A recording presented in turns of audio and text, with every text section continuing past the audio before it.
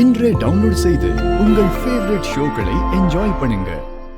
அந்த பேக்ல இருந்த பணத்துல தானே இந்த லேப்டாப் வாங்குனேன்.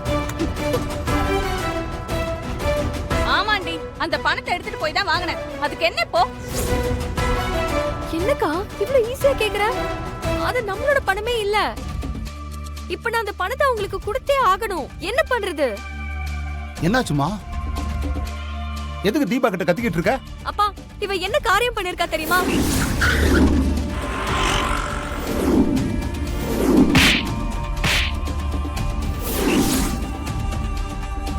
இப்ப நான் அவன்கிட்ட அந்த பணத்தை எப்படிப்பா திரும்ப கொடுக்கறது?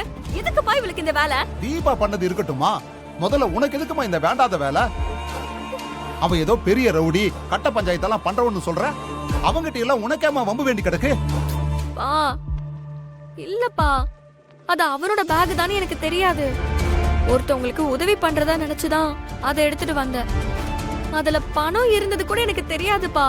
அதுல பணம் இருந்த விஷயம் இவ எதுக்கு அந்த பணத்தை எடுத்துட்டு போய் லேப்டாப் வாங்கிருக்கான்னு கேளுங்க.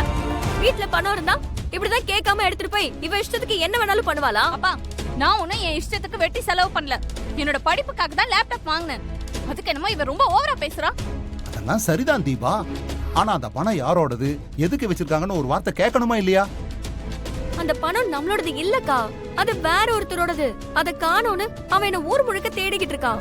என்ன தேடி வந்து கேட்டா இவ்ளோ பெரிய அமௌண்ட அவனுக்கு எப்படி திரும்ப கொடுக்கறது? ஏய், சும்மா சீன் போடாத சரியா? அவனை பொறுத்த வரைக்கும் அந்த பேக் காணாம போச்சு, அவ்வளவுதான். நீ யாருன்னு அவனுக்கு தெரியாதுன்னு எனக்கு தெரியும். அவனை பொறுத்த வரைக்கும் காணாம போனதாவே இருக்கட்டும், விட்டுறேன். இரு, இதெல்லாம் உனக்கு எப்படி தெரியும்? நீயும் செல்வியும் பேசிட்டு இருந்ததா நான் கேட்டேன். இந்த பேக நீ தான் எடுத்தன்னு இப்ப வரைக்கும் உனக்கு தெரியாது தானே? அப்புறம் என்ன, நீ அமைதியா வாய மூடிட்டு உன் வேலைய பாரு. கடைசி வரைக்கும் இந்த பேக் காணாம போனதாவே இருக்கட்டும். தீபா, ஒரு நிமிஷம் இருங்கப்பா. என்னோட படிப்புக்காக லேப்டாப் வாங்கி தரேன்னு இவ தானே சொன்னா. பேக்ல கரெக்டா 40,000 இருந்துச்சு. லேப்டாப் வாங்க தான் பணம் ரெடி பண்ணி வச்சிருக்கான்னு நினைச்சேன். அது தப்பா சொல்லுங்க? இங்க பாரு தீபா, உனக்கு லேப்டாப் வாங்கி கொடுக்கறேன்னு நான் சொன்னது உண்மைதான். அதுக்காக இப்படி அடுத்தவங்க பணத்துல வாங்கி கொடுக்கணும்னு நான் என்னைக்குமே நினைச்சதில்ல. இந்த லேப்டாப்பை ரிட்டர்ன் பண்ணிட்டு அந்த பணத்தை வாங்கிடு.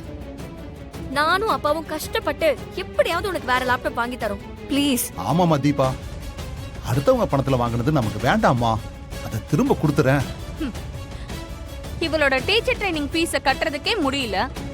இந்த லட்சணத்துல அவ எனக்கு லேப்டாப் வாங்கி தர போறாளா? நீங்க ரெண்டு பேரும் என்ன நடக்கதே பேச மாட்டீங்களா? தீபா, இதுக்கு மேல ஒரு வார்த்தை நீ பேசுன அப்புறம் நான் மனுஷனாவே இருக்க மாட்டேன். அடுத்தவங்க பணத்தை தெரியாம எடுத்துட்டு போய் லேப்டாப் வாங்குனதோட மட்டும் இல்லாம அதை நியாயப்படுத்தி வேற பேசுறியா நீ? இந்த பாரு, ஒழுங்கா அந்த லேப்டாப்பை ரிட்டர்ன் கொடுத்துரு. அந்த பணத்தை வாங்கி இந்து கிட்ட கொடு, இல்லன்னு வெச்சுக்கோ. ரிட்டர்ன் கொடுனா நான் என்ன பண்றது? வாங்கும் போதே அதுக்கு ரிட்டர்ன் கிடையாதுன்னு சொல்லி தான் கொடுத்தாங்க.